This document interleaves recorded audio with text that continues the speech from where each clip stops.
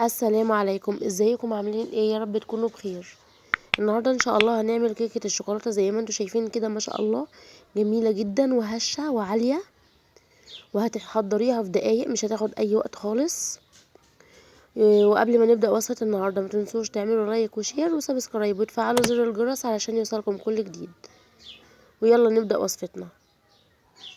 معايا كوبايتين من الدقيق، وكوبايه وربع من الكاكاو، وكيس بيكنج باودر، ورشه ملح زي ما انتم شايفين كده، وهقلبهم كويس مع بعض.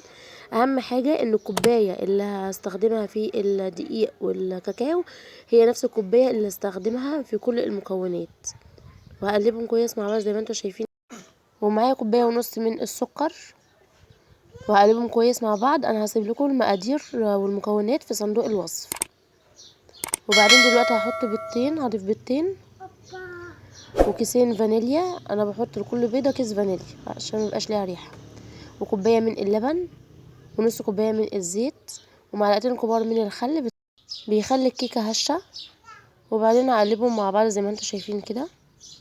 ودلوقتي هجيب كوباية من المية السخنة واحط فيها معلقتين من قهوة سريعة الذوبان، وهقلبها كويس. وبعدين هحطها على المكونات بتاعة الكيكة بتاعتي وهقلبها كويس.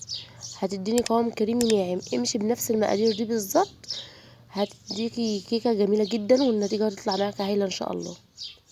دلوقتي بقت جاهزة معايا، وزي ما انتم شايفين كده عندي صينيه بايركس هدهنها بالزيت، وهنزل فيها الكيكه بتاعتي. ما شاء الله شايفين القوام كريمي وناعم ازاي. ودلوقتي هفضل اهزها شويه عشان لو فيها اي هواء او يطلع بره الفقاعات اللي موجوده دي، ده دليل ان الكيكه مضروبه كويس المكونات بتاعتها ومخفوقه مع بعض. ودلوقتي هدخلها على فرن تستوي، هكون مسخناه قبلها ب10 دقايق، وهدخلها في الرف اللي في النص.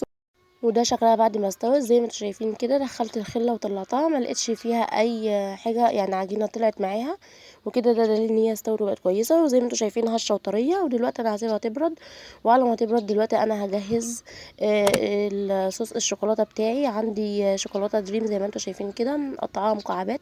وبعدين هجيب كوبايتين من اللبن. انا القالب بحط له كوبايه من اللبن السخن وانزل عليها.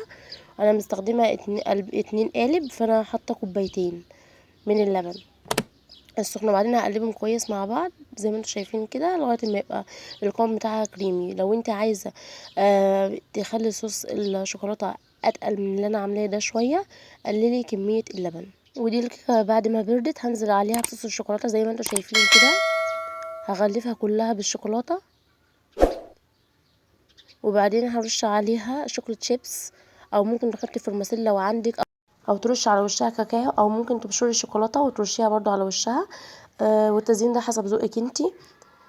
وكده وصفه النهارده خلصت. يا رب تكون نالت اعجابكم، وما تنسوش تعملوا لايك وشير وسبسكرايب وتفعلوا زر الجرس علشان يوصلكم كل جديد.